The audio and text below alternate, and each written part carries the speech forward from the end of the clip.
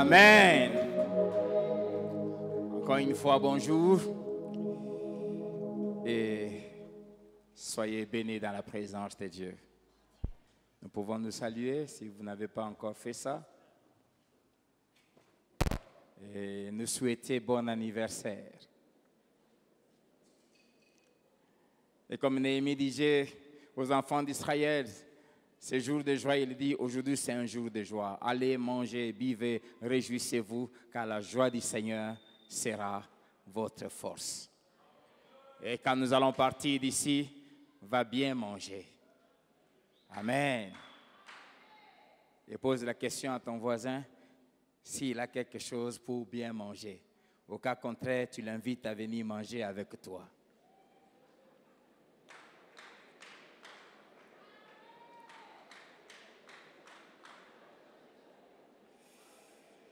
Je demande au père des familles, aujourd'hui, cesse un peu d'être trop économe, bouge un peu la poche, secoue un peu la carte,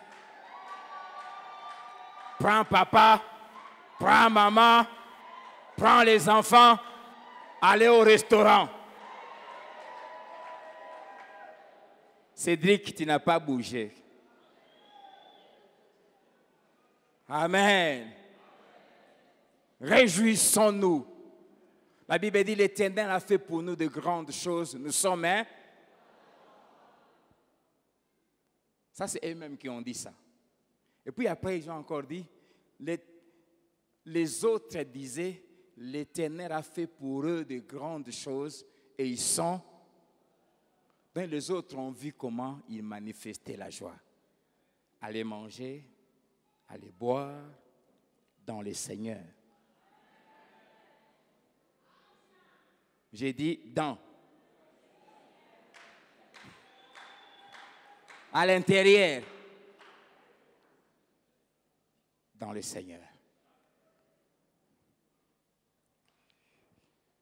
J'aimerais vous dire de la part du Seigneur que je vous aime.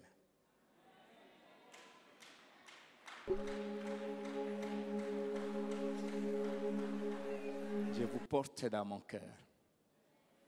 Et je suis prêt à tout pour vous.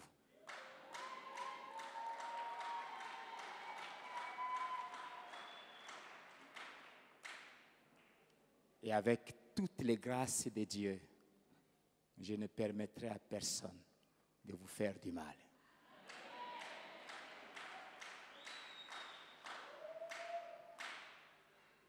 Chaque fois, quand tu seras devant un défi, dis au diable, j'ai une rançon.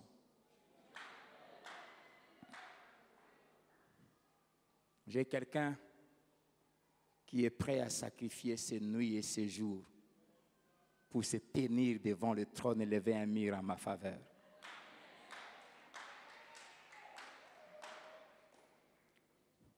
Que mon Dieu vous fasse du bien. Soyons reconnaissants. C'est le thème de notre message de ce matin. Comme vous le savez, j'étais pris, c'était quel jour? Je suis venu travailler le matin et puis un de nos gardes m'a suivi et dit, papa, je peux te parler? J'ai dit, non, pas maintenant. C'était un jour de culte, oui. Vois-moi après les cultes le soir. Et après les cultes, il est venu et il m'a dit, j'ai fait un songe qui m'a beaucoup dérangé toute la journée. Je n'ai pas eu de paix. J'entendais une voix à l'intérieur qui me disait, c'est pour le pasteur, va lui en parler. Il dit, dans ce sens, j'ai vu, on était à l'église, c'était comme un culte.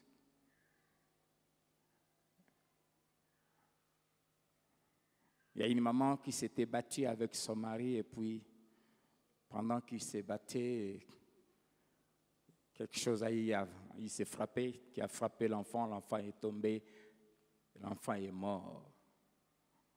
Et pendant qu'on voulait amener l'enfant à la morgue, quelqu'un vient dire à la maman, n'amène pas l'enfant à la morgue, amène-lui à Philadelphie. Et quand cette maman est venue, il me dit, j'ai vu le pasteur Zaché qui a pris, et j'ai entendu une voix qui me dit, dis au pasteur Zaché de oindre l'enfant tout son corps, et l'enfant va se réveiller. Je dis ça au pasteur Zaché, il a pris l'huile d'onction, il a versé sur tout le corps de l'enfant, et l'enfant a éternué, et puis il s'est réveillé. Et la maman a repris son enfant, on était dans la joie, on criait. Et cette femme a appelé son mari là sur le champ, et le mari est venu. Mais chose qui m'a beaucoup frappé, c'est quand le papa est venu, il a pris son enfant et sans dire aucun mot à qui que ce soit, il s'est retourné, il est parti. Et j'étais choqué, je disais, ah comment? Il ne s'est même pas dit merci. Et j'ai entendu une voix audible qui m'a dit, c'est ça le mal qui est dans mon église ici à Philadelphie. Et cette chose-là me fait mal. Je fais beaucoup de miracles, je fais beaucoup de choses parmi mon peuple dans cette église. Mais la majorité sont d'une ingratitude qui me choque.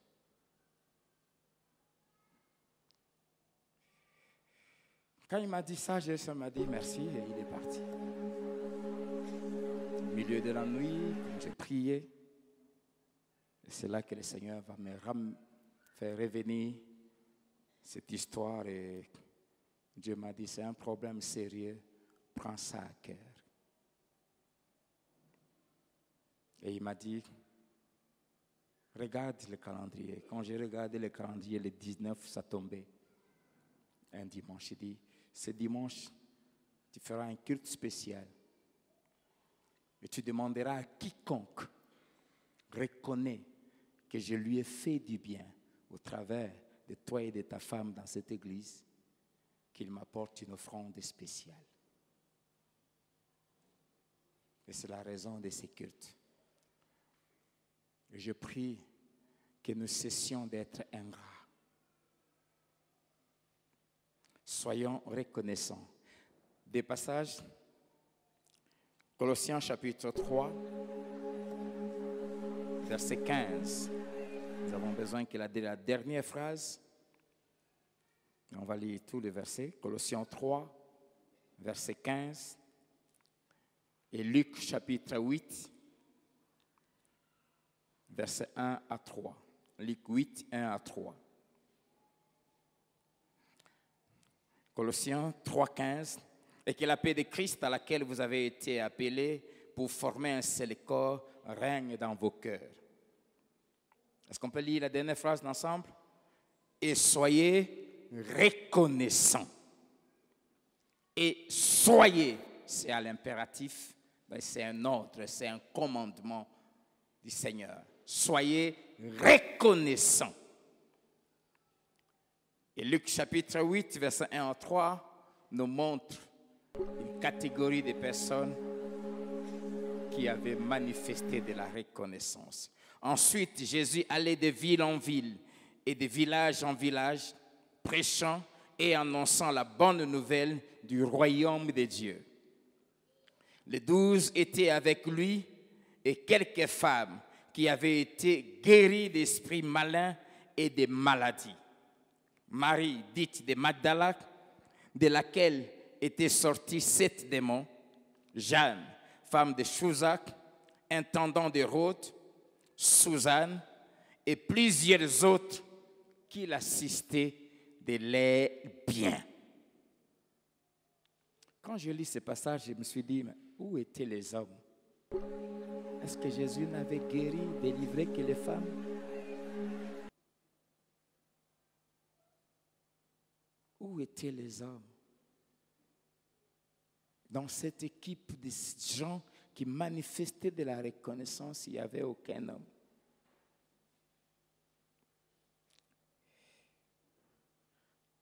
C'est quoi être reconnaissant? C'est quoi la reconnaissance? brièvement, ce sont des choses que nous connaissons. Le dictionnaire dit c'est un sentiment qui a à éprouver vivement un bienfait reçu, à se souvenir et à se sentir redevable envers les bienfaiteurs. Deuxièmement, toujours selon le dictionnaire, c'est un sentiment qui incite à se reconnaître et à se considérer comme redevable envers la personne de qui on a reçu un bienfait. C'est un souvenir d'un bienfait reçu et non seulement on s'en souvient, mais aussi c'est une manifestation de la gratitude pour le bienfait reçu. C'est qui quelqu'un de reconnaissant? C'est quelqu'un qui reconnaît ce qu'on a fait pour lui. Il le reconnaît d'abord. Et il le reconnaît par la parole. Il ouvre sa bouche et dit merci. Et deuxièmement, malheureusement, nous n'arrivons pas souvent là-bas. Il le reconnaît aussi en posant un acte, un geste où il témoigne, en posant une action, sa reconnaissance. J'aimerais donner trois exemples tirés de la Bible. Il y en a tellement nombreux. J'ai pris seulement 3 que l'Esprit m'a conduit. Des gens qui ont joui des bienfaits de Dieu et qui ont manifesté de la reconnaissance. Premièrement, c'est Noé. Le premier monde que Dieu avait créé, ce n'est pas celui dans lequel nous sommes. Le premier monde avait été détruit. Tous les habitants, sauf 8 personnes, sauf un homme et sa famille. Et Dieu lui dit, Noé, je t'ai trouvé juste parmi toute cette génération. Et le mal s'est tellement accru que j'ai décidé d'exterminer cette génération. Vous connaissez l'histoire. Genèse 8, verset 15, et puis le verset 18 à 22. Alors Dieu parla à Noé en disant, sors de l'arche, toi, ta femme, tes fils et les femmes de tes fils avec toi. Verset 18. Et Noé sortit avec ses fils, sa femme et les femmes de ses fils. Tous les animaux, tous les reptiles, tous les oiseaux, tout ce qui s'émet sur la terre, selon leurs espèces, sortirent de l'arche. Noé bâtit un autel à l'Éternel. Il prit de toutes les bêtes pures et de tous les oiseaux purs et il offrit des holocaustes sur l'autel. L'Éternel sentit une odeur agréable et l'Éternel dit en son cœur, je ne maudirai plus la terre à cause de l'homme, parce que les pensées du cœur de l'homme sont mauvaises dès sa jeunesse. Et je ne frapperai plus tout ce qui est vivant comme je l'ai fait. Tant que la terre subsistera, les semailles et la moisson, le froid et la chaleur, l'été et l'hiver, le jour et la nuit ne cesseront point. Amen. Noé a été le seul qui a été sauvé, lui et sa femme, ainsi que ses 3 enfants et leurs épouses. Et après que toute la terre a été détruite et que les eaux aient séché, Dieu dit à Noé, sors de l'arche, toi et toute ta famille, ainsi que tous les animaux des 2 espèces, plutôt des 2 sexes de chaque espèce, femelle et mâle, et tous sont sortis. Et quand Noé est sorti de l'arche, après avoir expérimenté la grâce de Dieu qui lui a épargné de la mort, alors que la terre entière avait disparu, la Bible dit Noé bâtit un autel. Et il s'est mis, un, à adorer Dieu, à lui dire merci. Et deux, il a posé un acte qui a eu des conséquences éternelles jusqu'à la fin des temps. Il a pris tous les animaux. À l'époque, il n'y avait pas encore la loi de Moïse. Dieu n'avait pas encore défini les animaux purs et impurs. Et parce que c'était un homme spirituel, le Saint-Esprit les guidait, il a reconnu tous les animaux de l'époque qui étaient purs à ses yeux, ainsi que tous les oiseaux. Il les a pris et tous, et il les a offerts à Dieu en sacrifice. Et depuis cet acte de Noé, il y a eu des espèces que nous n'avons pas connues, que nous ne connaîtrons point, mais qui avaient existé parce que Noé a dit, peu importe, la terre va être privée de nombreuses espèces, mais pour ce que Dieu a fait pour moi, je ne vais pas me limiter à lui dire merci avec ma bouche. Je lui offre. Amen. Et la reconnaissance appelle toujours une grâce supérieure que Dieu ajoute. Chaque fois, quand vous lisez la Bible, que quelqu'un manifeste de la reconnaissance, Dieu réagit toujours encore. Et dans Genèse 9, versets 1 à 3, d'abord le verset 21 à 22 que nous avons lu du chapitre 8, la Bible dit, l'Éternel sentit une odeur agréable. Ça avait réjoui son cœur. La reconnaissance réjouit les cœurs de Dieu. Et cette réjouissance a poussé Dieu à parler. Chaque fois qu'un homme manifeste de la reconnaissance, Dieu parle. Dieu dit, à cause de la joie que tu as mis dans mon cœur, je jure, je ne maudirai plus la terre. Je ne frapperai plus la terre par les eaux. Chapitre 9, verset 1. Dieu bénit Noé et ses fils et leur dit, soyez féconds, multipliez et remplissez la terre. Vous serez un sujet de crainte et de froid pour tout animal de la terre, pour tout oiseau du ciel, pour tous ceux qui s'aimaient sur la terre et pour tous les poissons de la mer. Ils sont livrés entre vos mains. Depuis que Dieu avait créé la terre, il avait donné à l'homme là comme nourriture les fruits.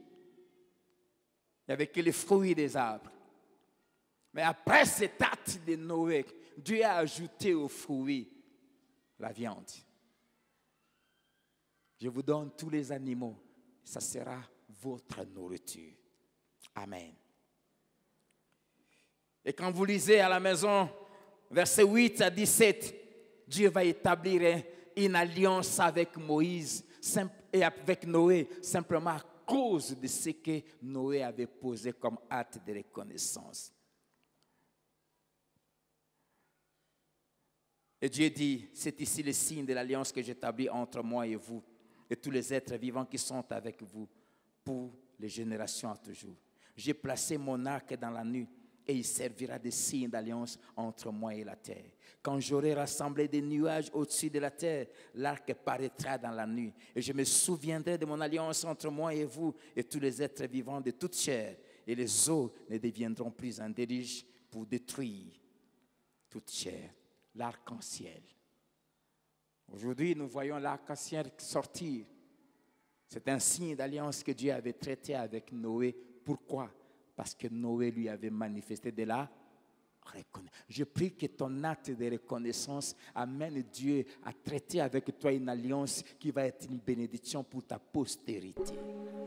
Et non seulement pour ta postérité, mais aussi pour la nation. Alléluia. Amen. Amen. Deuxième exemple, c'est le roi David, un homme merveilleux. Le roi David. 2 Samuel chapitre 7, versets 17 à 22.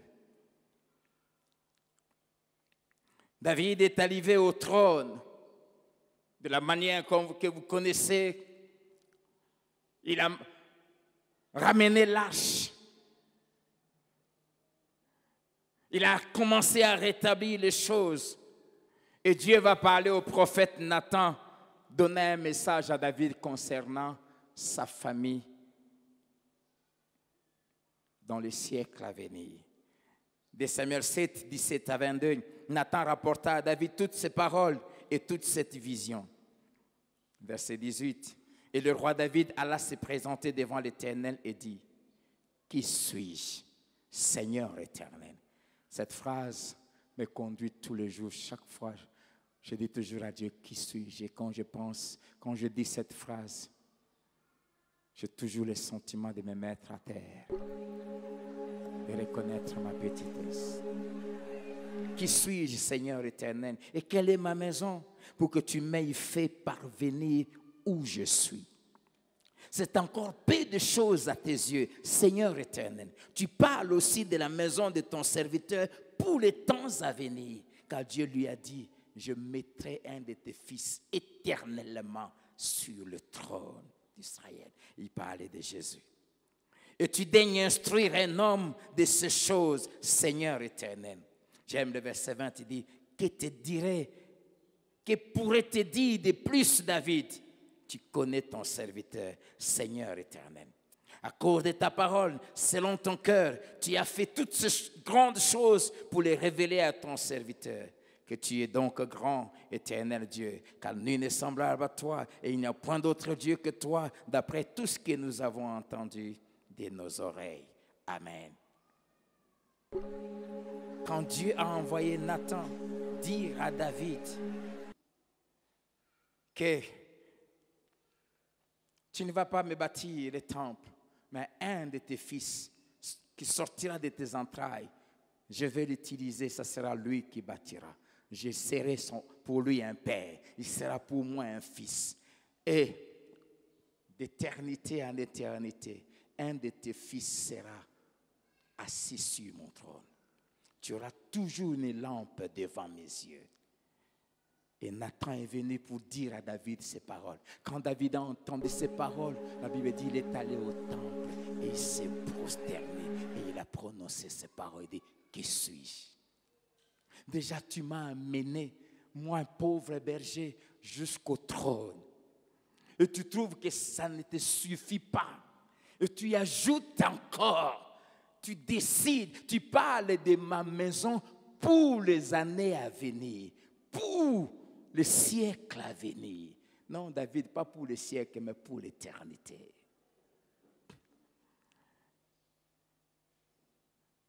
Et après avoir entendu ça, non seulement il a exprimé à Dieu sa reconnaissance par ses paroles, mais il ne s'est pas arrêté là.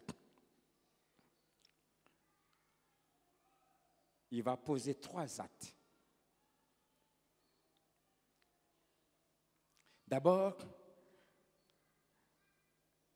quand David est devenu roi, il s'est empressé à construire un palais royal somptueux.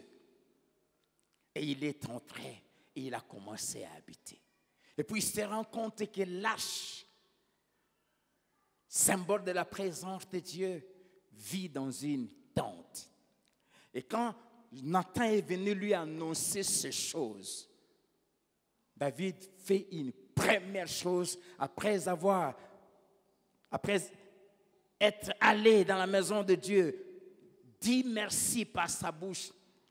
Dans le psaume 132, versets 2 à 5, il va faire un serment accompagné d'un vœu. La Bible dit, il jura à l'Éternel. Il fit ses vœux au puissant de Jacob. Il dit, je n'entrerai pas dans la tente où j'habite. Je ne monterai pas sur les lits où je repose. Je ne donnerai ni sommeil à mes yeux, ni assoupissement à mes paupières, jusqu'à ce que j'aie trouvé un lieu pour l'Éternel, une demeure pour le puissant de Jacob. Premier acte de reconnaissance, David fait un serment. Il dit, j'ai bâti une somptueuse maison, mais à cause de ce que tu m'as dit, je jure Je ne veux pas habiter cette maison où j'étais déjà. Je ne veux plus monter sur ce lit en diamant qui était fait pour moi, jusqu'à ce que je veux, trouver un lieu pour toi comme maison, et je vais te bâtir une maison. Bien-aimé, quand vous avez expérimenté la grâce de Dieu, un des moyens de manifester la reconnaissance, c'est de prendre soin de la maison de Dieu. C'est de devenir bâtisseur de la maison de Dieu. Un roi, et depuis ce jour, le commentateur dit que pendant tout le temps jusqu'à la fin de son règne, David n'a plus dormi sur le lit royal.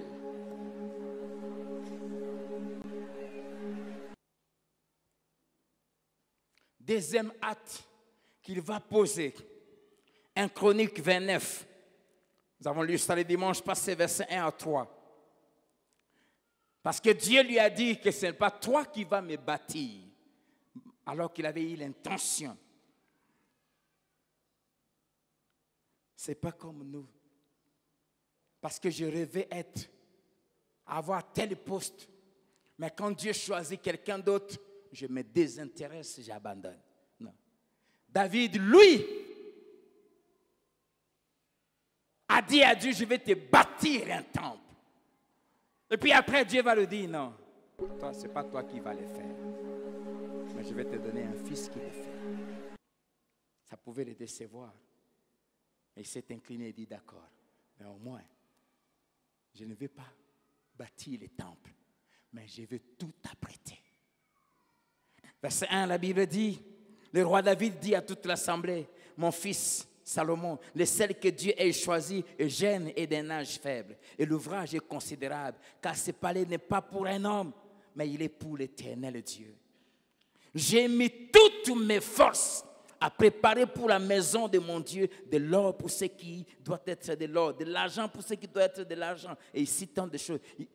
Deuxième acte, il va mettre tous ses efforts pendant le temps des années de son règne qui était resté à amasser de l'or, de l'argent, de pierres précieuses, de bois pour la construction de la maison de Dieu.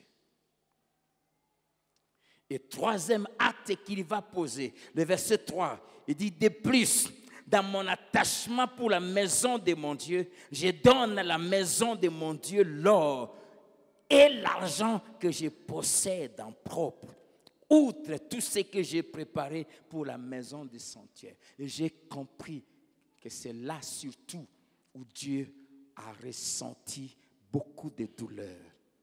Je suis pasteur, responsable de cette église. Quand je vois les entrées de notre église, quand je vois le nombre, quand je vois les entrées, quand je fais des appels ici, non, moi déjà ça m'attriste. Et à combien plus forte raison Dieu. David dit, dans mon attachement pour Dieu, on manifeste de la reconnaissance envers Dieu en ayant un attachement fort pour sa maison. Il dit, je donne pour la maison de mon Dieu ce que je possède en propre. David a pris l'héritage qu'il mettait à part pour sa postérité. Et il a donné ça à Dieu. Pourquoi? Parce que Dieu lui avait déjà dit qu'il y aura toujours un de tes enfants devant moi sur mon trône. Alors, imaginez qu'il y aura toujours, génération après génération, un des enfants qui sera roi. Ce qui veut dire que tous les petits frères seront qui? Mais il n'y aura jamais de pauvres dans cette famille. Je n'ai pas à trop me battre. C'est pour cela la majorité de ce que Dieu nous donne, nous l'investissons dans son œuvre.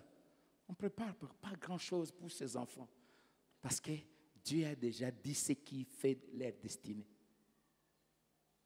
Qu'on les laisse des comptes en banque ou pas, cette jeune fille ici, secouera ce monde. Que le diable et les démons ne le veulent pas. Et ces 3 frères, c'est assuré. Leur avenir ne dépendra pas de ce que moi je vais leur laisser, mais de ce que Dieu a promis de me récompenser au travers d'eux.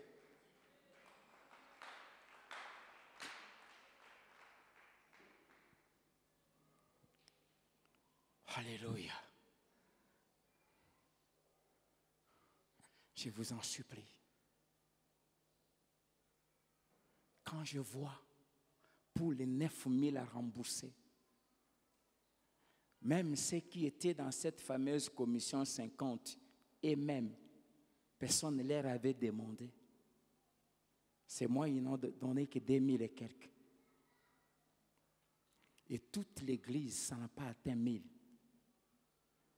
Quand vous agissez comme ça, vous vous attendez que Dieu fasse quoi pour vous? Parce que je suis obligé de me battre pour trouver quoi compléter. Et quand moi je dois faire ça alors que vous êtes chez vous assis en paix, le ciel se ferme pour vous. Vous comprenez ça?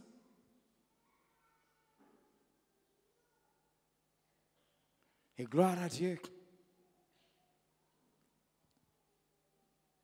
On arrive toujours à payer.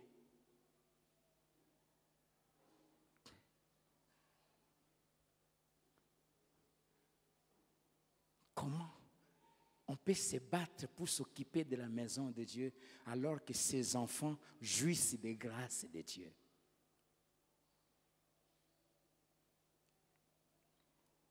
Que Dieu donne à Philadelphie de David.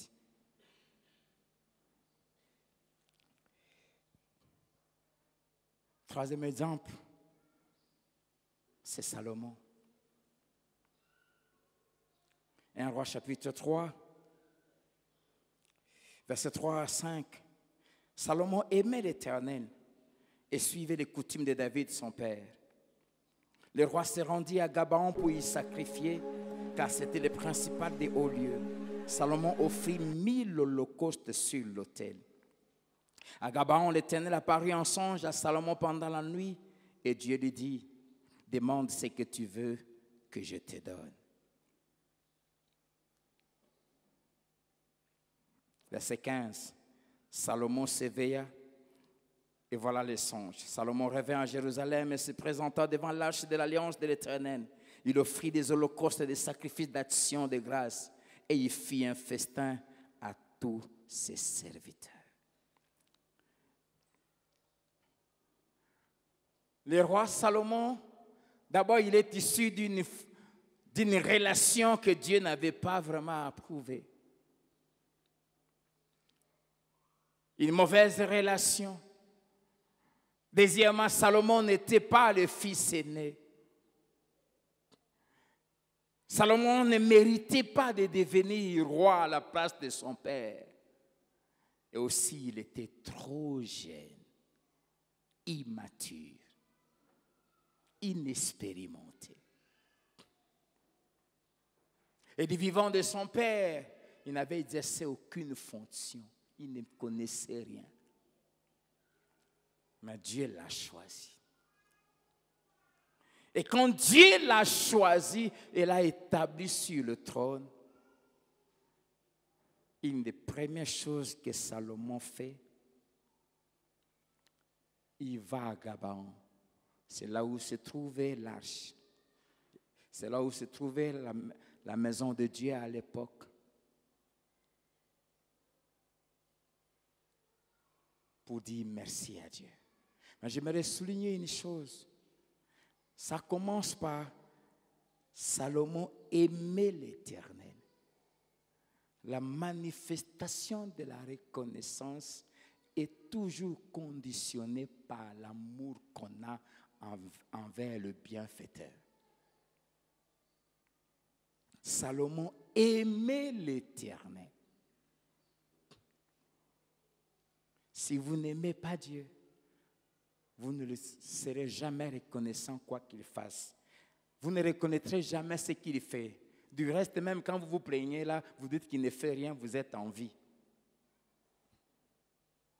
La vie que vous avez, c'est lui.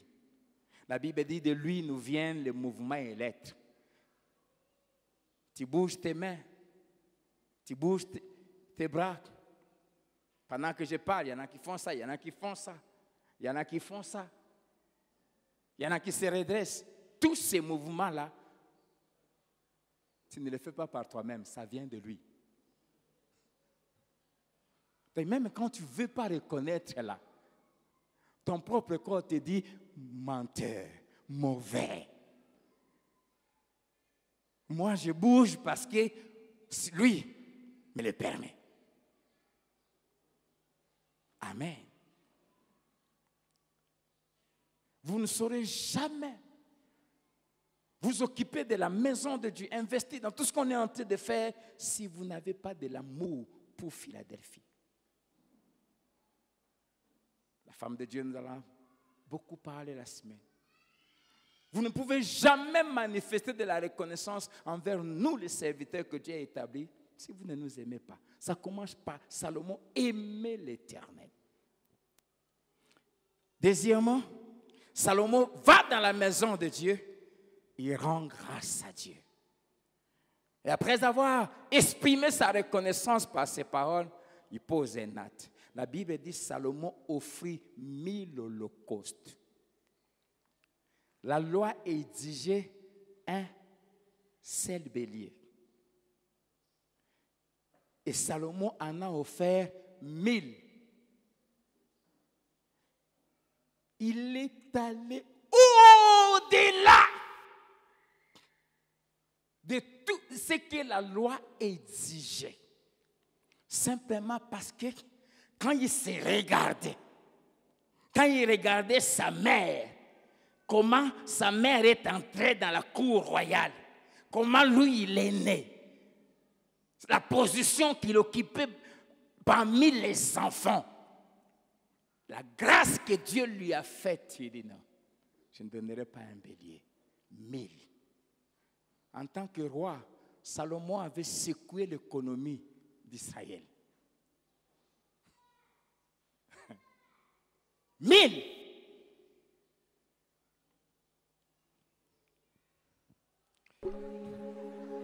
La reconnaissance va au-delà de ce qui est exigé. C'est pour cela dans la Nouvelle Alliance, vous ne verrez pas les mots dîmes dans le Nouveau Testament. Pourquoi? Parce que Dieu n'a pas voulu les mettre. Et pourquoi Dieu n'a pas voulu les mettre? Parce que dans la Nouvelle Alliance, nous jouissons d'une grâce qui ne peut pas être évaluée. Et il a simplement émis un principe. Celui à qui on pardonne beaucoup, donne beaucoup.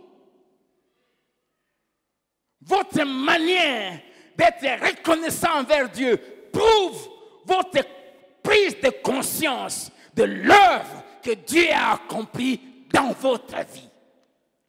La qualité de votre consécration, de votre service est conditionnée par votre prise de conscience de là où Dieu vous a pris, de ce que Dieu a fait de vous. Quand vous vous regardez vous-même,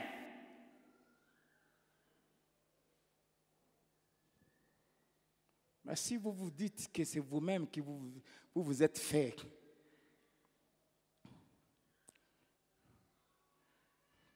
dans Luc chapitre 7, versets 36 à 48, un pharisien a invité Jésus pour manger chez lui. Jésus est allé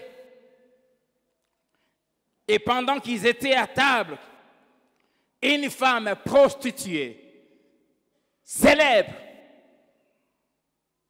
entre. Déjà certainement que c'était la nuit, et comme il n'y avait pas de l'électricité à l'époque, c'était des lampes. On n'a pas su la voir entrer parce que sinon, les gardes à la porte, les esclaves l'auraient bloqué. Elle entre, elle se jette aux pieds de Jésus, pleurant ses péchés, commence à arroser les pieds de Jésus avec ses larmes et a nettoyé les pieds de Jésus avec ses cheveux, ce qui était un geste indécent, impur dans la coutume juive. Et quand les pharisiens voient ça, déjà c'est une femme réputée de mauvaise vie. Deuxièmement, qui se met à donner des baisers aux pieds de Jésus, à essuyer les pieds de Jésus par ses cheveux. Le pharisien n'a pas pu ouvrir sa bouche. Mais il murmurait dans son cœur en disant, si cet homme était vraiment un homme de Dieu, il saurait qui est cette femme. Il ne pouvait pas permettre ça. Et Jésus dit, Simon, je connais cette femme. Il dit, je vais te dire une histoire. Un homme avait deux créanciers. L'un lui devait $1 million et l'autre lui devait $100. Et les deux étaient incapables de payer. Et il leur a remis à tous les deux leurs dettes. Qui va l'aimer plus? Et les pharisiens disent, c'est lui à qui il a remis $1 million. Et Jésus lui dit, tu as bien jugé.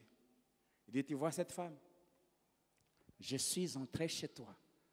Première chose d'ingratitude. Premier acte de manque de reconnaissance même de la valeur de la personne qu'il avait reçue chez lui. Alors que la loi exige qu'on puisse accueillir un homme en tenant compte dans l'hospitalité, dans les signes hospitaliers de son rang.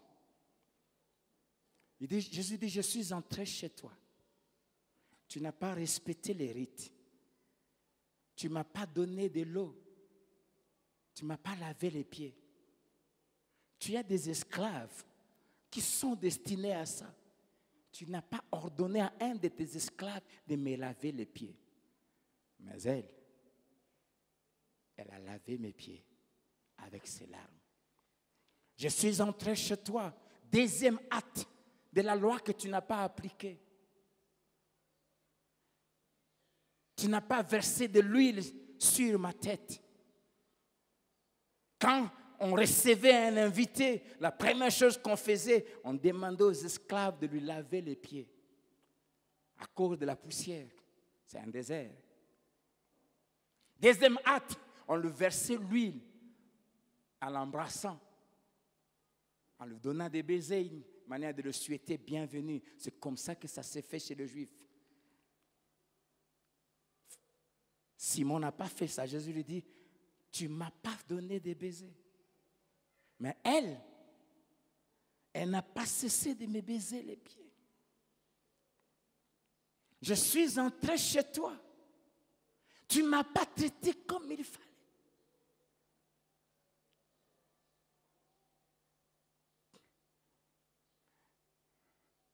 Et Jésus va ajouter, son grand amour a provoqué aussi le pardon de tous ses péchés. La reconnaissance se manifeste par la prise de conscience de qui est le bienfaiteur. La façon de les traiter, c'est qu'on lui donne. Il avait reçu Jésus chez lui, mais il l'a traité pour un moins que rien. La façon de traiter quelqu'un prouve la valeur qu'il a à nos yeux, mais aussi la valeur de son apport dans nos vies. Salomon a traité Dieu selon ce qu'il était à ses yeux, selon la valeur de la bénédiction qu'il avait reçue de lui. Dieu a fait de lui roi. Et selon ses moyens de roi, il a offert 1000 holocaustes. Dans la façon de donner à Dieu, d'exprimer la reconnaissance, Dieu tient compte de ce qu'il nous a donné. Dans Luc 21, 1-4, Jésus entre au temple. Et c'était juste au moment des offrandes. Et les gens allaient y donner. Et une pauvre veuve va mettre des petites pièces.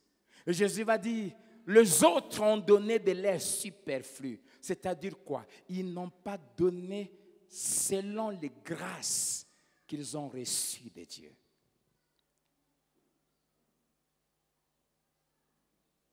Il dit, mais cette pauvre veuve a donné tout ce qu'elle avait pour vivre. La façon d'exprimer la reconnaissance, la manière de le faire, même dans la partie de la louange, de l'adoration, exprime la valeur que Dieu a à nos yeux. Mais aussi dans ce que nous donnons, nous devons donner tenant compte de nos bénédictions. Quelqu'un qui a un salaire de 10 000 et qui donne une offrande de 5 000 francs est méchant. Quelqu'un qui a un salaire de 50 $ et qui donne à Dieu une offrande de 1 000 francs, c'est un grand sacrifice. Vous comprenez cela? Salomon a donné. Écoutez ce que la Bible dit. Quand Salomon a reçu la reine d'Éthiopie, et avant qu'elle rentre chez elle, 1 Roi chapitre 10, verset 13, la Bible dit, le roi Salomon donna à la reine de Séba tout ce qu'elle désira, ce qu'elle demanda. J'aime la suite. Et il lui fit en outre des présents dignes d'un roi tel que Salomon. Il lui a donné des présents. Mais la Bible dit des présents dignes d'un roi comme Salomon. Les présents d'un roi, mais pas de n'importe quel roi. D'un roi qui avait reçu la bénédiction au-dessus de tous les rois de la terre. Apprends à donner en tenant compte des bénédictions que tu as reçues. Amen. Amen.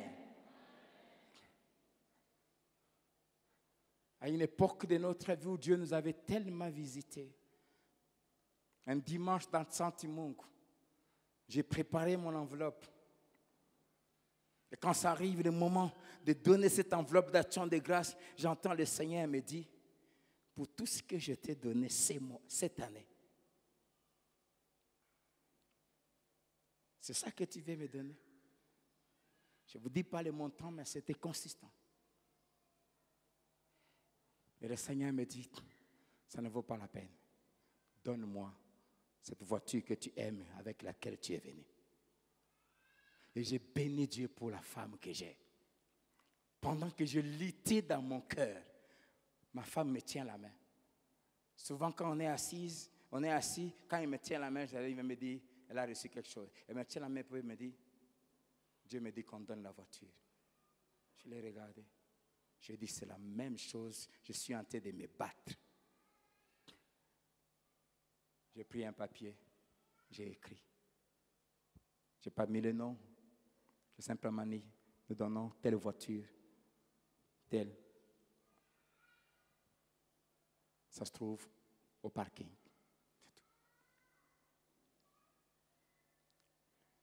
Il ne faut pas simplement donner. Donnez des offrandes dignes de votre rang. Salomon a donné à la reine des présents dignes d'un roi comme Salomon.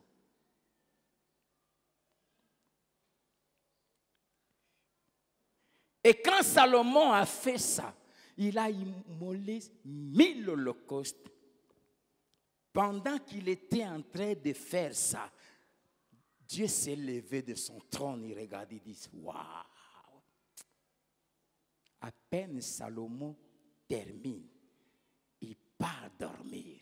La même nuit, Dieu vient et lui dit, demande-moi ce que tu veux que je te donne, chèque en blanc. La reconnaissance pousse toujours Dieu à faire plus. Et Salomon va demander ce que vous savez, sagesse, intelligence, justice pour conduire les peuples. Et Dieu lui dit, parce que tu n'as pas demandé la mort de tes ennemis, tu n'as pas demandé des richesses ni une longue vie, je te donne ce que tu as demandé pour conduire mon peuple, mais aussi je te donnerai des richesses, de telle sorte que avant toi et après toi, jusqu'à la fin du temps, il n'y aura personne, même l'Américain là qui a, si c'est 124 milliards de dollars, ne peut pas atteindre la richesse de Salomon.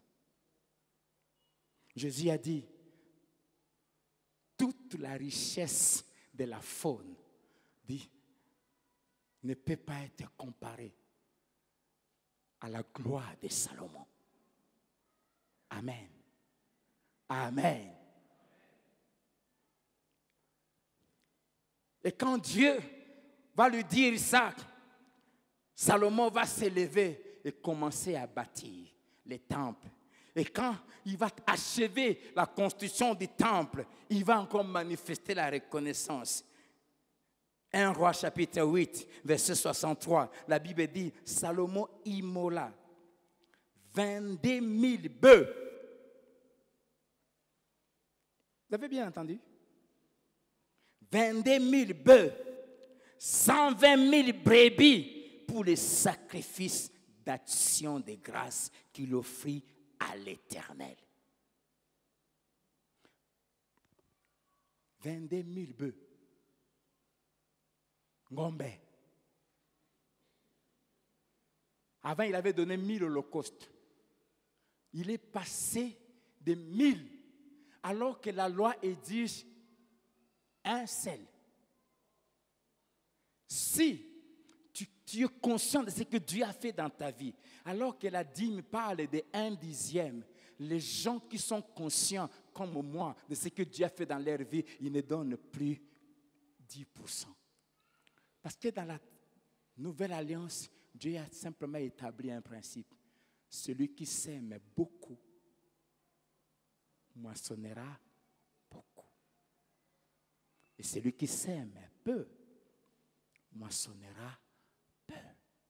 Et si tu prends conscience de ce que j'ai fait dans ta vie, tu ne te limiteras pas à la dîme.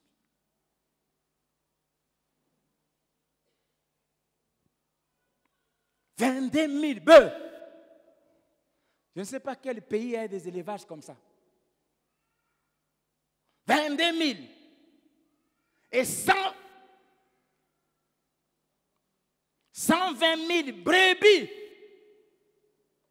Je suis sûr, quand vous lisez la suite, le sacrificateur était fatigué. On a pris même les Lévites pour commencer à tuer ces animaux. Et parce qu'on offrait à Dieu les graisses et la chair était réservée aux sacrificateurs. Mais même, quel est ce sacrificateur qui pouvait amener autant de bœufs? Tu vas mettre ça où? Alors la Bible dit que le roi a demandé qu'on donne au peuple. Je prie. Pendant ces 19 jours, j'ai prié Dieu. Et pour les premiers qui me disent où est la prochaine étape.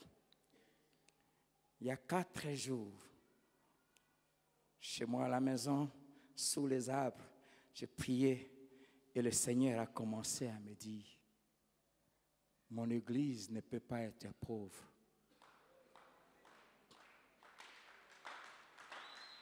Et Dieu a corrigé ma théologie. Le Seigneur m'a dit, même toi aussi, tu as déjà prêché ça comme ça. Qui vous a dit que la première église était pauvre? Qui vous a dit que Pierre, les Jean et Jacques étaient pauvres? Et comme si quelqu'un était en face de moi, il me parlait. J'entendais. Le Saint-Esprit me dit, quelle est cette église de votre génération qui sert à manger aux fidèles tous les jours comme la première église?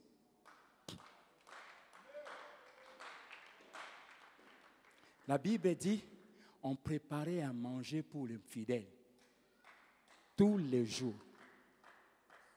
Cette première église avait commencé le premier jour avec 3000 personnes. En moins de 2 semaines, elle est passée à 5000. Et quand nous arrivons à Acte 6, où les disputes arrivent dans les distributions, c'était déjà presque 2 ans après. Donc l'église avait déjà atteint près de 50 000 parce que la croissance était terrible. Et avec une église de près de 50 000 membres, on servait à manger chaque jour. Et le Saint-Esprit me dit, une église pareille, tu peux dire qu'elle était pauvre? Deuxième question que le Saint-Esprit va me poser. Il me dit, montre-moi l'église de votre génération où il n'y a aucun indigent.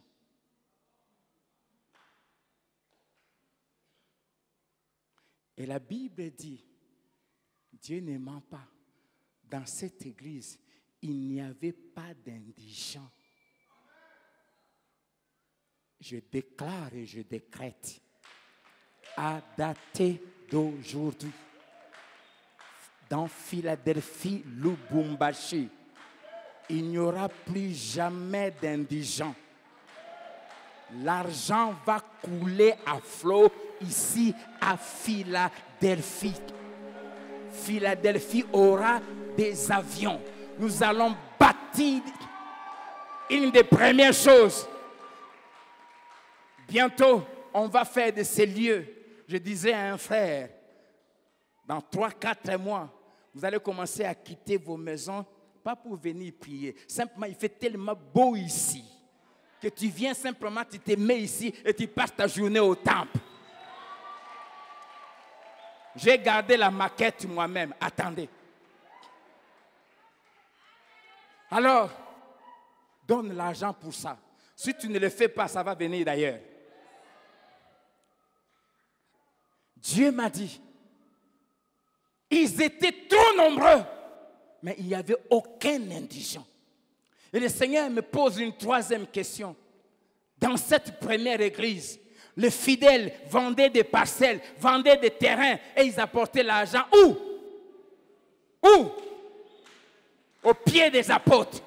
Et le Saint-Esprit me dit, et tu veux me dire que Pierre était pauvre? Un pasteur d'une église qui sert à manger aux membres tous les jours, ils sont à 50 000. Tu peux dire qu'il est pauvre? Nous ici, le Saint-Esprit me dit, toi, tu es incapable de faire la Sainte Seine tous les dimanches à cause du coût. La Sainte Seine, ça nous coûte. Hein? Le Seigneur me dit, tu es incapable de faire ça. Mais l'église que Pierre dirigeait servait à manger. C'est pour cela, une des choses qu'on va terminer ici, on va bâtir un merveilleux restaurant ici.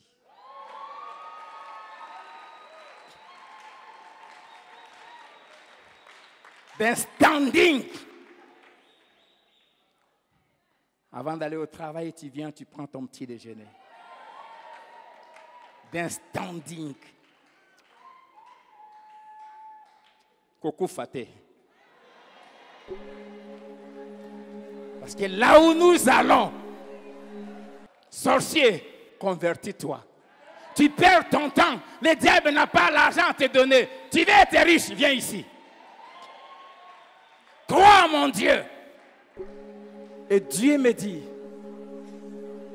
le problème, ou la question, la chose qui vous a fait croire que des pierres étaient des pauvres, c'est parce que ces gens-là, ils vivaient pour moi, pas pour l'argent. C'est pour cela, à cause de l'abondance, il y a eu des problèmes dans les répartitions. Écoutez ce qu'ils ont dit. Nous n'avons pas à laisser la prière et la parole pour nous occuper à gérer les choses de la terre. Choisissez des gens. Ils n'avaient pas le cœur aux choses de la terre. Une seule chose les préoccupait. Même quand on venait déposer Quelqu'un vend sa parcelle, $100 000, il vient, il met au pied de Pierre. Pierre appelle les financiers. Philippe, occupe-toi de ça. Il donne l'argent à Philippe et lui, il va chasser les démons. C'est la seule chose qui le préoccupait. Lui, il va, il prend sa Bible et dit, j'ai compris, il copie. C'est la seule chose qui les intéressait. Il dormait, il s'est réveillé, Jésus. L'argent n'était pas leur préoccupation. Et le Seigneur m'a dit, si toi et tes enfants, vous arrivez à atteindre leur niveau d'amour, je ferai de Philadelphie, Lubumbashi, ce qu'a été cette église. Et Dieu, j'étais étonné que le Saint-Esprit utilise même une expression humaine, car les mêmes causes produisent les mêmes effets.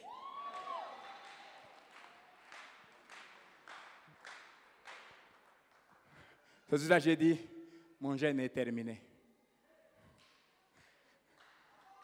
Mon jeûne, je tiens en jeûne depuis le 1er jusqu'au 19, ça devait s'arrêter aujourd'hui. J'ai dit terminé. Il y a 4 jours, j'ai dit terminé. Je reprends à manger un peu, je continue à prier, mais le jeûne est terminé. Quand j'ai eu cette lumière-là, je prie que nos cœurs se détachent des choses de la terre. Si on ne s'occupe pas de Dieu, on ne sait pas être reconnaissant parce qu'on est accroché aux choses de la terre.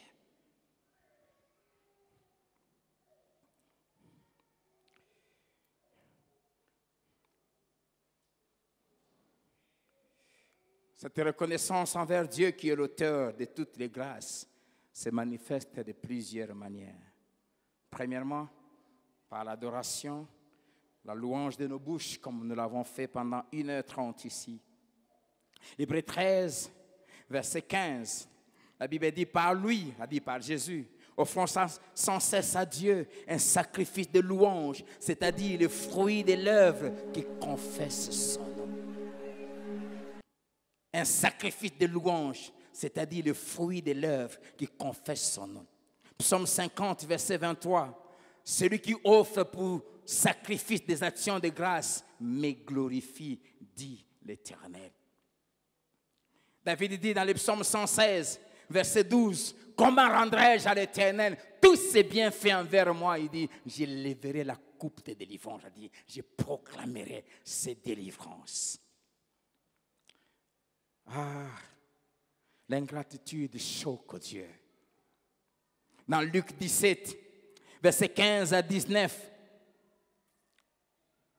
Jésus a guéri 10 lépreux qui étaient venus se jeter devant lui, qui ont supplié en disant, guéris-nous. Il leur a dit, allez vous montrer au sacrificateur. La Bible dit, Luc 17, verset 15, pendant qu'ils allaient, ils furent guéris. L'un d'eux, se voyant guéri, revint sur ses pas. Chaque fois que tu verras que Dieu a agi dans ta vie, reviens vers celui qui t'a guéri. Reviens vers le pasteur par qui Dieu était passé pour te guérir. L'un d'eux, se voyant guéri, revint sur ses pas, glorifiant Dieu à haute voix. Il tomba sur sa face aux pieds de Jésus et lui rendit grâce. C'était un Samaritain. Jésus, prenant la parole, dit, les 10 n'ont-ils pas été guéris? Et les 9 autres, où sont-ils?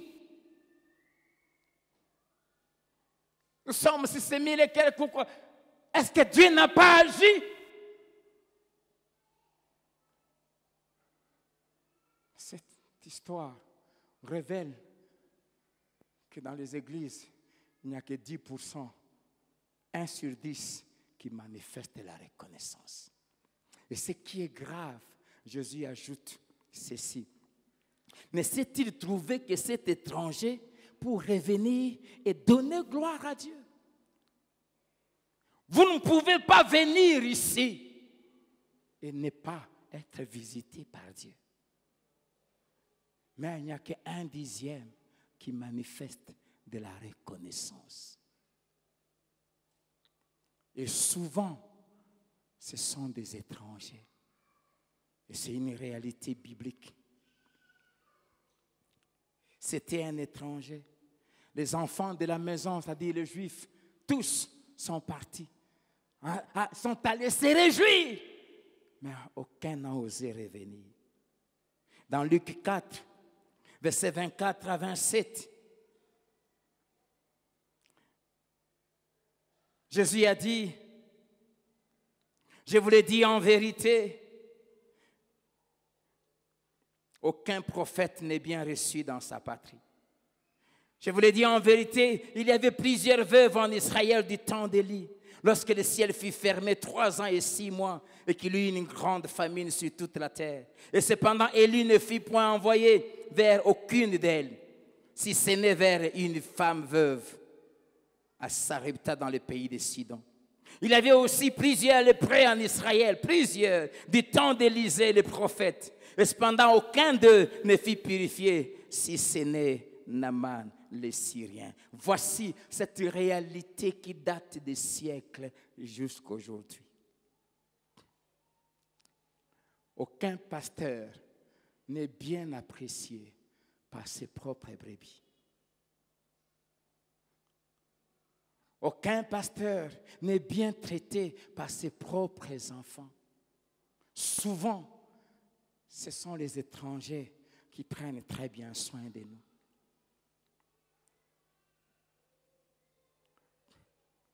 Il y a quelques mois, je suis allé prêcher. J'étais quelque part. On m'a invité dans une église et une seule prédication. Je suis sorti ce dimanche-là. Il y en a qui m'ont poursuivi jusqu'à l'hôtel. Je ne vais pas dire les montants, je suis rentré. Je dis, mais ça, pour totaliser ça dans l'église que je dirige, il me faut 2 ans. Je pèse bien mes mots. Ma femme est témoin. Je l'ai eu en une seule prédication.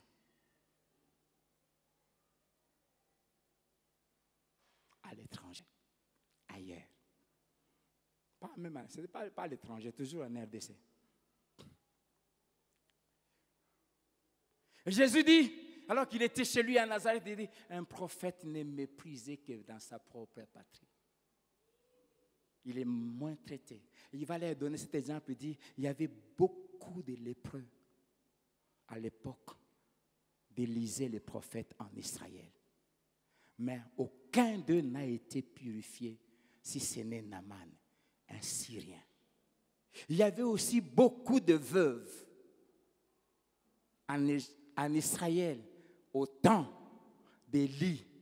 Mais Dieu, quand son serviteur était dans le besoin, il n'a pas trouvé en Israël une veuve qui avait le cœur d'exprimer sa reconnaissance pour s'occuper de l'homme de Dieu. Dieu a trouvé ça chez une païenne et Dieu l'a envoyé à l'étranger. Et vous savez, le problème, c'est quoi? C'est souvent ceux de l'extérieur qui reconnaissent qui nous sommes.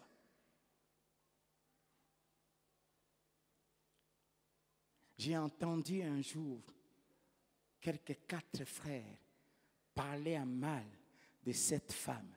Je ne lui ai jamais dit ça.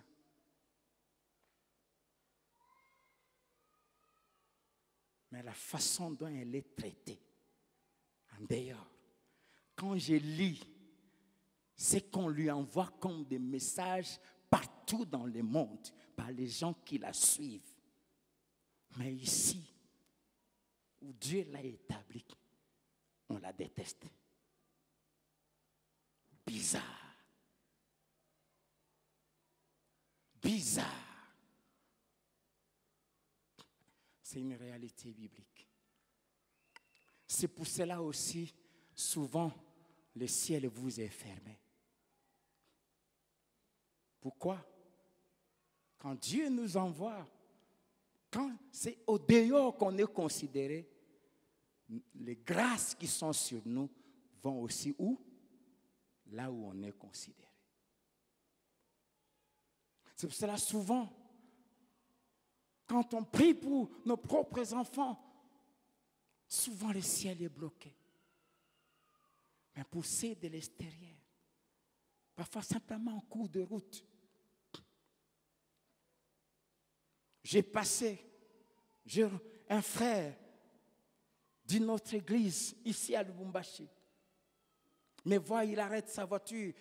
Pasteur, il descend. Il me dit, je vous suis, mais je vous considère beaucoup. Pasteur, j'ai un problème dans mes affaires. Voici telle situation, telle situation, telle situation. On me doit, tout est bloqué.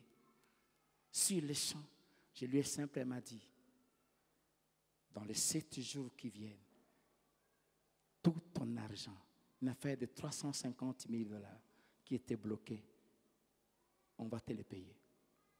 Je suis parti. 2 mois après, ce frère débarque un jour avec sa femme chez moi. Je ne sais même pas qu'il leur a montré l'adresse.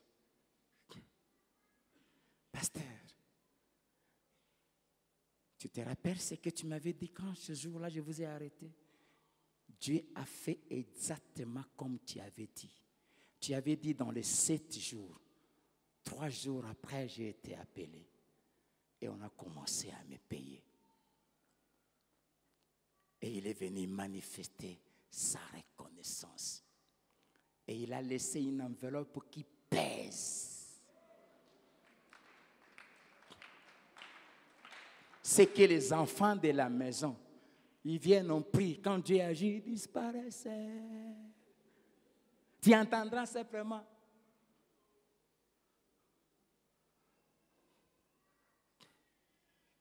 Ah, si vous saviez la grâce que Dieu vous a faite. Jésus un jour se retourne, il dit aux 12, il dit, heureuses sont vos oreilles qui entendent ce que vous entendez. Et heureux sont vos yeux qui voient ce que vous voyez. Car les prophètes et les rois ont cherché à voir ce que vous voyez, à dire, à me voir moi. Mais cela ne leur a pas été donné. J'ai béni Dieu de ce qu'une femme consciente de ce que Jésus était, après avoir entendu Jésus, elle a crié, heureux les saints qui t'ont allaité. Une manière de dire, j'aurais aimé que tu sortes de moi. Mais ceux qui sont devant moi, qui jouissent de la grâce que Dieu a placée sur nous, sont les premiers à nous critiquer. Et les premiers à se plaindre de nous et à ne pas nous traiter à notre juste valeur. Et quand vous agissez comme ça, le ciel se ferme sur vous.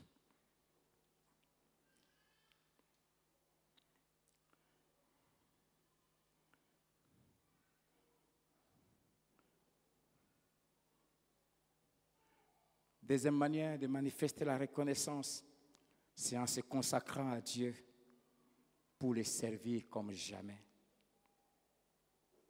Anne, après avoir été visitée par Dieu, elle est revenue. Chaque fois quand Dieu te visite, reviens vers la source, qui est Dieu, mais aussi vers l'instrument que Dieu a utilisé. Elle est revenue vers l'homme de Dieu en disant, homme de Dieu, pardon. Tu te rappelles, je suis cette femme ce jour-là qui priait ici, à qui tu avais dit, va et que l'Éternel exauce la prière que tu lui as faite. Et c'était pour cet enfant que j'ai prié. Aussi, je suis venu le consacrer à Dieu. Je vais le prêter à Dieu et il sera prêté à Dieu toute sa vie. Deuxième manière de manifester la reconnaissance, c'est de se vouer à Dieu entièrement pour son œuvre. Amen. Amen. Troisième manière de manifester la reconnaissance envers Dieu, c'est en mettant ses biens et ses avoirs à la disposition de ce qu'il a établi pour accomplir son œuvre. C'est par qui Dieu passe pour vous bénir. Dans Nombre 6, versets 22 à 27, c'est par la bouche de l'ange que Dieu a établi que Dieu bénit son peuple. L'Éternel parla à Moïse et dit, parle à Aaron qui était le souverain sacrificateur et à ses fils et dit, vous bénirez ainsi les enfants d'Israël. Vous leur direz que l'Éternel te bénisse qu'il te garde. Que l'Éternel fasse lui sa face sur toi et qu'il t'accorde sa grâce. Que l'Éternel tourne sa face vers toi et qu'il te donne la paix. C'est ainsi qu'ils mettront mon nom sur les enfants d'Israël et je les bénirai. C'est par nos bouches que nous mettons sur vous le nom de Dieu ainsi que la bénédiction de Dieu. Et dire merci à Dieu, c'est prendre tes biens et les mettre à la disposition de celui que Dieu a établi pour qu'il continue à accomplir la mission que Dieu lui a donnée. Et c'est ce que ces femmes ont fait dans Luc 8, versets 1 à 3. Marie de Magdala, Anne, Suzanne, la Bible dit, elles ont été guéries et délivrées. Elles ont expérimenté les grâces du ministère de Jésus. Et elles ont fait deux choses. La première, elles ont décidé de suivre Jésus. L'une même était mariée. Et mariée à qui? Au ministre des Finances du roi Hérode. La femme d'un ministre. Mais ces femmes, la Bible dit, elles ont décidé pour exprimer leur reconnaissance à suivre Jésus. Or, le verset 1, la Bible dit, je suis allé de village en village, de ville en ville. Je me pose la question, comment ça s'est passé? Ces femmes avaient laissé leur maison, tout. Elles suivaient Jésus partout. Et elles l'assistaient avec leurs biens. Quand Jésus organisait des campagnes, c'est elles qui finançaient. C'est elles qui, quand Jésus arrivait quelque part, c'est elles qui allaient réserver l'hôtel, payer tout à leurs frais. De telle sorte que Jésus n'avait qu'à penser, qu'à prier et à prêcher. Ces femmes s'occupaient de tous les autres aspects. C'est elles qui payaient ses habits. C'est elles qui payaient les maisons. Parce que Jésus n'avait pas une maison fixe. Quand il arrivait quelque part, il trouvait un endroit qu'il faisait une maison pour les 2-3 jours et puis il passait. Et c'est elles qui s'en occupaient. Et nous avons à l'église des femmes qui ont tout le temps des excuses. Je prie que Dieu nous donne une équipe de Marie de Magdala, de Anne, qui vont s'élever, constituer un groupe pour commencer à nous soutenir financièrement. Mais pas n'importe qui, celles qui sont conscientes que Dieu est passé par nous pour leur faire du bien. Pas seulement des femmes. Ici, il n'y avait que des femmes, alors qu'il y avait beaucoup d'hommes. Où est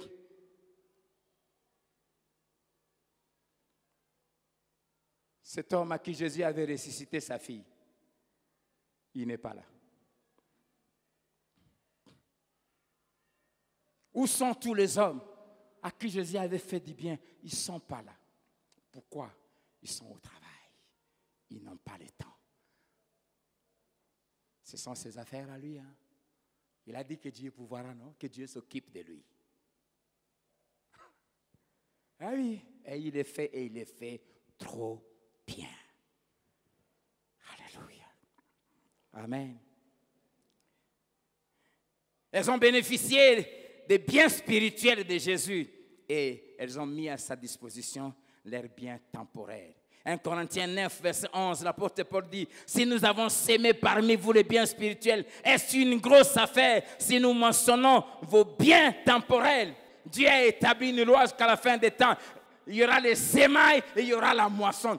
Nous sémons les spirituels, les biens de valeurs éternelles qui ne peuvent pas être évalués ni payés par l'argent. C'est un droit pour nous de moissonner vos biens temporels. Alléluia. Amen. Et ce que ces femmes avaient compris, elles ont fait ça. Dans 2 Rois, chapitre 4, versets 8 à 11, un jour, Élisée passait par Sunem. Il y avait là une femme de distinction, toujours les femmes. Et Dieu, donne-nous des femmes dans cette église qui vont commencer à s'occuper de nous. Il y avait là une femme de distinction, une femme riche, qui les pressa d'accepter à manger. Et toutes les fois qu'il passait, il se rendait chez elle pour manger. Elle dit à son mari, « Voici, je sais que cet homme qui passe toujours chez nous est un saint homme de Dieu. Faisons une petite chambre haute avec des murs et mettons-y pour lui un lit, une table, un siège et un chandelier, afin qu'il s'y retire quand il viendra chez nous. » Élisée, étant revenu à Sunem, se retira dans la chambre haute et y coucha. Amen.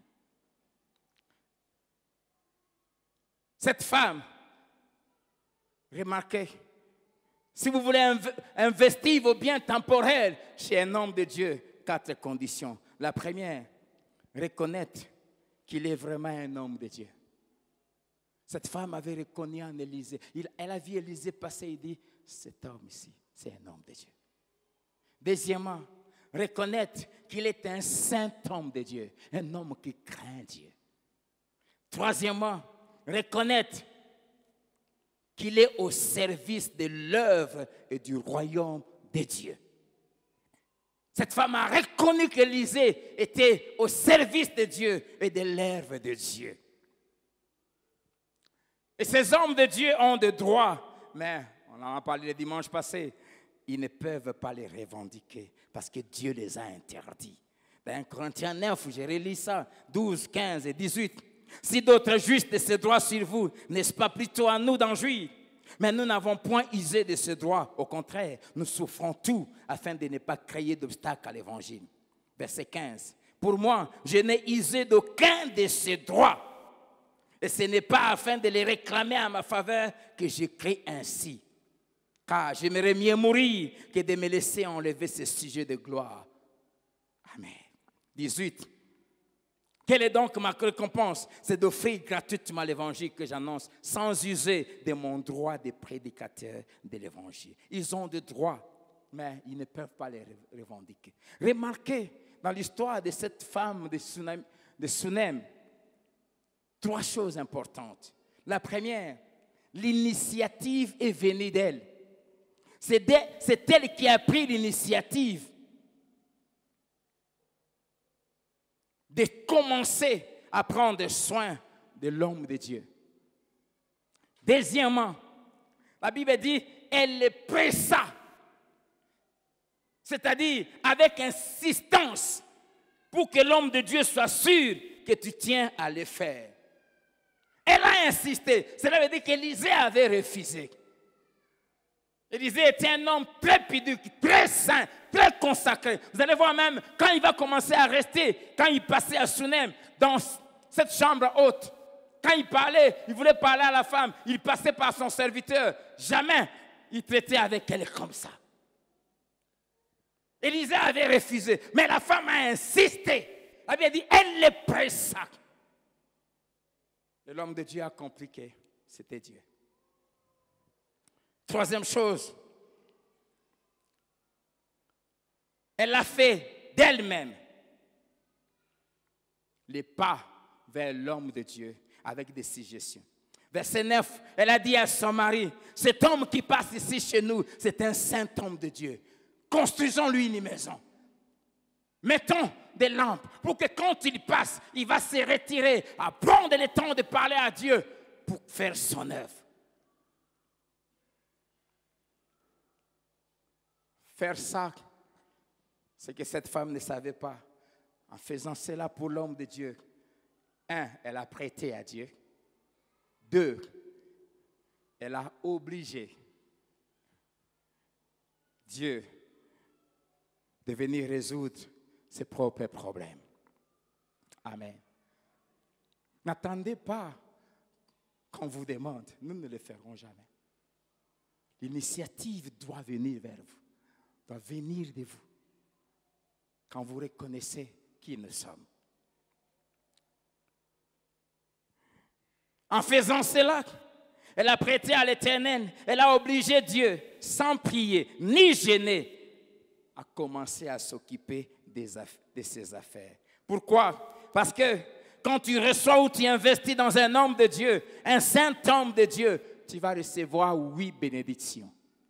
Et c'est là que je vais m'arrêter. La première, les grâces qui sont sur cet homme, ainsi que son alliance avec Dieu, vont entrer dans ta maison.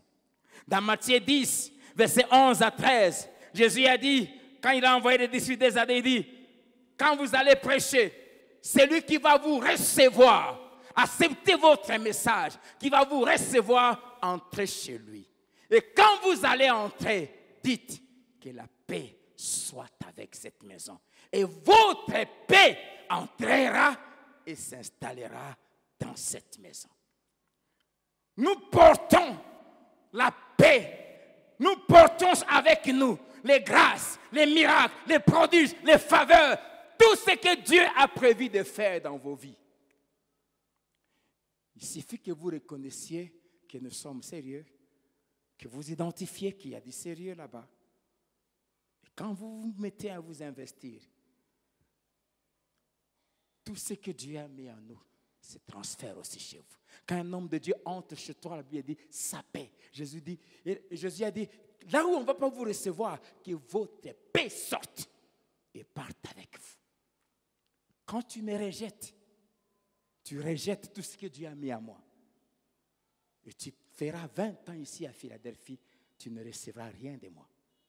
Rien n'évoluera. Amen. Quand tu la rejettes, c'est comme ça. Deuxième bénédiction, tous tes problèmes vont se résoudre. Cette femme avait beaucoup de problèmes. Elle était riche, elle avait tout, mais elle était stérile.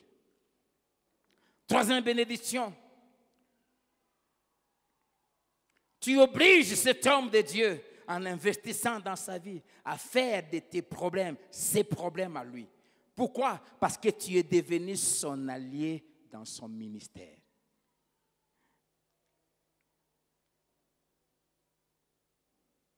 Élisée, quand il entre dans cette chambre, joliment construite et équipée, il pose la question à son serviteur, il dit, qu'est-ce qu'on doit faire pour cette femme, après tout ce qu'elle fait pour nous? Et son serviteur dit, elle n'a pas d'enfant. Élisée dit, appelle-la. Appelle-la. Alléluia. Appelle-la. Tu l'obliges à faire de tes problèmes. Ces problèmes, pourquoi? Parce que tu es devenu son allié. Parce que ce que tu apportes, tu lui facilites la tâche dans l'exercice de son travail. Quatrième bénédiction. Il va chercher à découvrir ce que tu n'as pas. C'est ce que je dis. Élisée a voulu savoir ce qu'elle n'avait pas. Cinquième bénédiction. Dieu va accomplir tout ce que cet homme va déclarer sur toi. Tout, Dieu va l'accomplir. Tout ce que cet homme va déclarer sur toi, Dieu va l'accomplir. Élisée a appelé cette femme. Il dit, l'année prochaine, à cette même date, tu auras un enfant. La femme lui dit, ne me trompe pas. Élisée lui dit, tu auras un enfant. Quand tu deviens son allié dans le ministère que Dieu lui a donné, Dieu accomplira tout ce que cet homme va déclarer sur ta vie. Sixième bénédiction, Dieu va le faire. Il va accomplir tout ce qu'il va déclarer parce que Dieu doit payer la dette que tu lui as faite par les billets de son serviteur que tu prends en charge. Job 41, verset 2, la Bible dit, Dieu ne sera jamais débiteur d'un homme. Quand tu prends soin d'un homme de Dieu, Dieu va te payer. Regardez. Dieu a envoyé Élie chez cette pauvre veuve. La pauvre veuve a pris soin d'Élie. C'était une dette que cette femme a fait contracter à Dieu par Élie.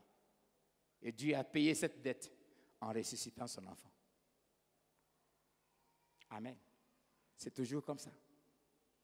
C'est toujours comme ça. C'est toujours comme ça.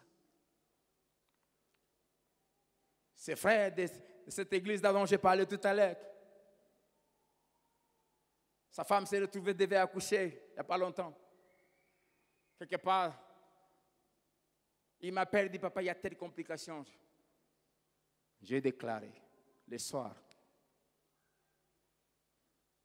elle a accouché en paix. Ça s'est débloqué. C'est comme ça que Dieu fonctionne. Dieu payera la dette. Amen. 7e bénédiction. Dieu fera de tes problèmes priorité des priorités. Dans 2 Rois, toujours chapitre 4, versets 27 à 37, cet enfant qui était né 10 ans après, l'enfant est mort. Brusque comme ça. Cette femme est allée chez l'homme de Dieu. Il était occupé à autre chose. Mais dès que l'homme de Dieu l'a vu, il a arrêté tout pour aller régler ses problèmes. Quand tu deviens l'allié de l'homme de Dieu, de la femme de Dieu dans son ministère, lui aussi fera de tes problèmes priorité des priorités. Pourquoi? Parce que vous êtes devenus des alliés. Dans ce que tu deviens son associé. Et dernière bénédiction, 8e. Dieu, au travers de son serviteur, te traitera avec privilège par rapport aux autres. Il s'est passé des années, le prophète reçoit de la part de Dieu, Dieu l'avertit, dit, une grande famine va venir sur le pays. La Bible dit, Dieu ne fait rien sans en parler à ses serviteurs, les prophètes. Quand Élisée reçoit les messages, je croyais qu'Élisée devait aller en parler au roi. Le roi ne faisait rien pour lui. Élisée a appelé son allié. Élisée a appelé cette femme. Et il lui dit, ainsi parle l'Éternel. À partir de l'année prochaine, il y aura 7 ans de famine forte. Quitte le pays, toi et ta maison. Tu ne reviendras que 7 ans après, de peur que tu ne périsses. Élisée n'a dit ça qu'à cette femme. Il n'a pas dit ça au roi. Il n'a dit ça à personne. Tous les autres, surtout cas, famine, koufa et belé, cette femme a été épargnée. Dieu te traitera avec faveur. Dieu parlera de tes problèmes à l'homme de Dieu que tu soutiens. Alors que les autres seront en train de subir les événements, toi tu ne les subiras pas. 7 ans après, quand la famine est terminée, cette femme revient avec sa famille. Chose extraordinaire, quand tu investis dans l'œuvre de Dieu, Dieu organise les choses que quand elle rentre, le roi parlait avec Géasi concernant les miracles qu'Élisée avait accomplis. Et Géasi racontait au roi comment Élisée avait ressuscité l'enfant de cette femme. Et quand cette femme rentre, elle trouve que son champ, les gens avaient occupé ce champ. C'était une femme d'affaires, une femme qui avait beaucoup de concessions. Les gens s'étaient emparés. Et elle va voir le roi. Et elle arrive au moment où le roi parle avec Géasi d'elle. Et quand elle entre, Géasi dit au roi, c'est cette femme. Et c'est son enfant qu'Élisée avait ressuscité. Dès que cette femme entre, le roi appelle un de ses collaborateurs et dit, restituez-lui, 1, toutes ces terres, 2, tout l'argent que ces terres ont produit pendant les 7 ans. Non seulement qu'elle a été épargnée de la famine, mais elle est rentrée, on a travaillé pour elle sans elle. C'est parce que les enfants de Dieu ne savent pas ce qu'on gagne quand on investit dans l'œuvre de Dieu. Quand tu es sûr que celui qui t'enseigne est un vrai.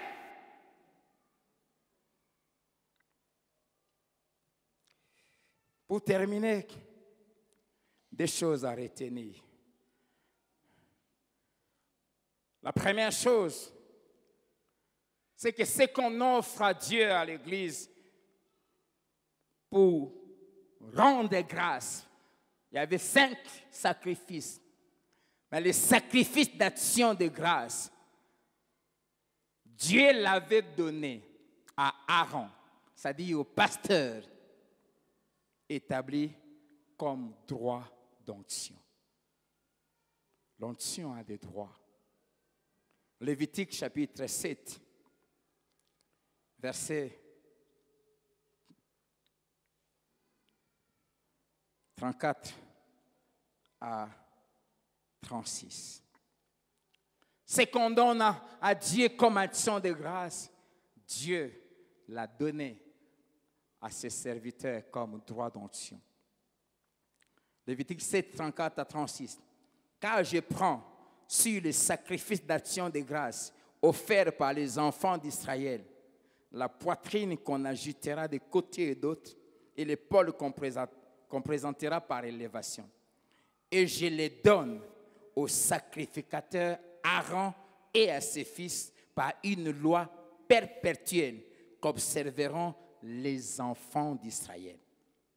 C'est là le droit que l'onction d'Aaron et de ses fils leur donnera sur les sacrifices consumés par le feu devant l'Éternel, depuis le jour où ils seront présentés pour être à mon service dans le sacerdoce. C'est ce que l'Éternel ordonne aux enfants d'Israël de leur donner depuis le jour de leur onction, c'est-à-dire le jour où Dieu les a établis. Ce sera une loi perpétuelle parmi les descendants. Amen. Et deuxième chose à retenir, parce que Dieu les a interdits, c'est-à-dire il a interdit à ceux qu'il a établis de faire autre chose. Il les a ordonnés de vivre par l'Évangile. Ils sèment le spirituel et ils moissonnent le temporel. Voilà 3 manières comment on peut manifester la reconnaissance envers Dieu. Et je nous invite à faire 5 choses pour ceux qui veulent. Ce n'est pas une obligation. La première chose,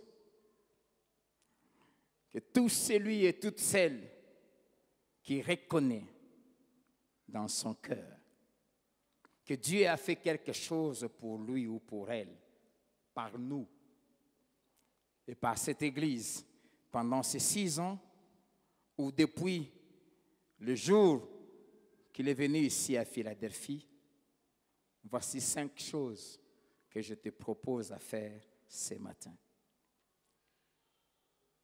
La première, lève-toi avec moi et acclamons notre Dieu pour tout ce qu'il a fait dans ta vie et dans ma vie.